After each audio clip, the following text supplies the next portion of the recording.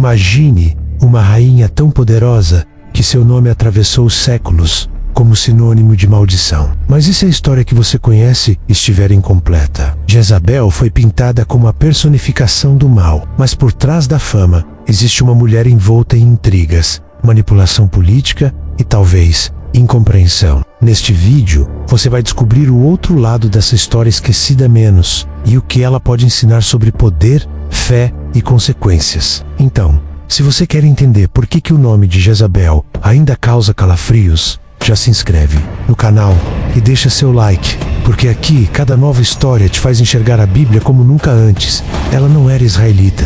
Jezabel era uma princesa fenícia, filha do rei Etibaal, governante de Tiro e Sidom, cidades que formavam parte de uma civilização conhecida pelo comércio e por seu culto a Baal, o deus da tempestade e da fertilidade. Desde cedo, ela foi criada em meio a rituais, sacerdotes e estratégias de poder. Seu casamento com Acabe, rei do Israel, não foi apenas um ato de união entre duas pessoas, mas uma jogada política que selava alianças entre nações. Quando Jezabel chegou a Israel, não entrou como uma mulher submissa menos. Ela entrou como uma rainha que carregava consigo os deuses e os costumes do seu povo. Para um reino construído sobre a fé no Deus de Israel, isso foi um choque. O povo olhava para ela como uma ameaça espiritual, uma mulher que ousava se impor, mandar, reinar. E essa ousadia foi o início de um conflito que marcaria para sempre sua imagem.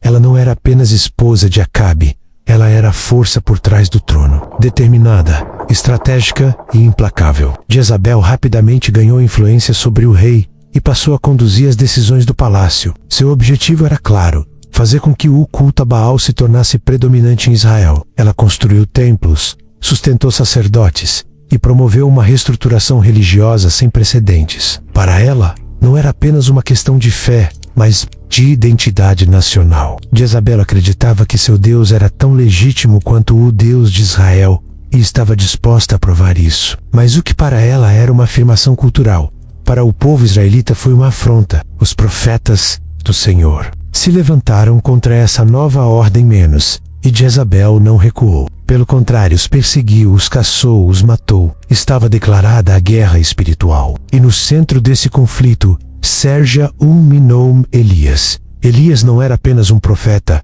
menos era a voz da resistência. Quando ele desafiou os profetas de Baal no Monte Carmelo, Jezabel entendeu aquilo não como uma disputa religiosa, mas como uma ameaça direta ao seu projeto de poder. Elias convocou o povo, ergueu o altar e clamou ao Senhor. Fogo caiu dos céus, consumindo o sacrifício, enquanto os profetas de Baal gritavam em vão. O povo se prostrou diante de Deus, reconhecendo sua soberania. Foi uma derrota humilhante para Jezabel, mas ela não fugiu, não se escondeu. Em vez disso, prometeu matar Elias, colocando sua cabeça a prêmio. O profeta fugiu, se escondeu, entrou em crise. E nesse detalhe está o poder de Jezabel. Ela não precisava de espadas para vencer, bastava sua reputação. Mesmo sem estar presente, seu nome era suficiente para causar medo. E esse medo se espalhava como sombra por Israel. Mas Jezabel não. Usava sua influência apenas no campo espiritual. Quando o rei Acabe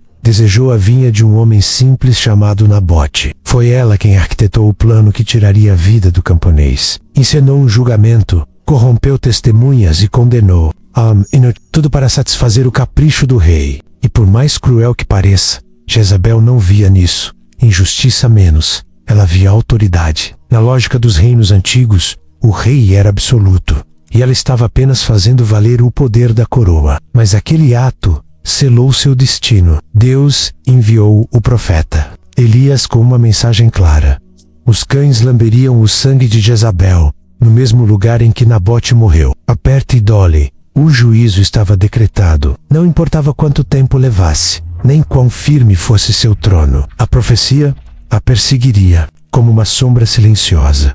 Anos se passaram, reis foram e vieram, mas Jezabel continuou em sua posição. Jamazivelda continuava a exercer influência, a comandar decisões e a manter sua aparência de realeza. Quando Jehum, um novo comandante escolhido por Deus para trazer juízo, marchou até o palácio, Jezabel não fugiu. Pelo contrário, pintou os olhos, se arrumou e o enfrentou da sacada. com orgulho. Ela sabia que sua hora havia chegado, mas escolheu morrer como viveu, altiva. Jeú ordenou que seus servos a jogassem pela janela. E ali, no chão do palácio de Jezil, a profecia se cumpriu. Os cães devoraram seu corpo, deixando apenas o crânio, os pés e as mãos. Era o fim trágico da mulher mais temida de Israel. Um fim que parece grotesco, mas que carrega um simbolismo poderoso. O juízo chega, por mais alto que seja o trono. Mas agora, pare e pense por um instante. Jezabel foi realmente apenas uma vilã? Ou foi uma mulher à frente do seu tempo,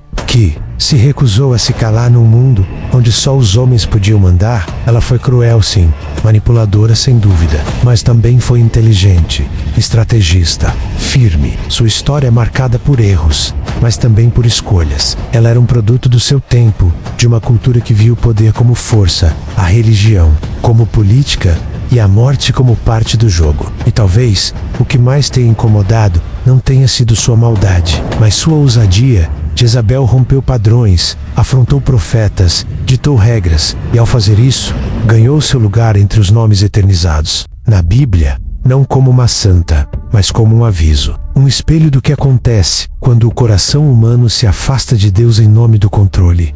No fim das contas, a história de Jezabel não é só sobre idolatria ou política, é sobre o confronto entre o poder terreno e o poder divino. Sabra, os limites que somos capazes de ultrapassar quando queremos dominar tudo, e principalmente sobre como as escolhas de hoje ecoam no amanhã. Jezabel nos ensina que toda decisão tem um preço, e que por mais forte que pareça uma pessoa, ninguém escapa da verdade. Se essa história te fez refletir e te deu uma nova visão sobre a Bíblia, já deixa seu like e se inscreve no canal. Aqui, cada vídeo te revela o que muitos não ousam contar. Nos vemos no próximo.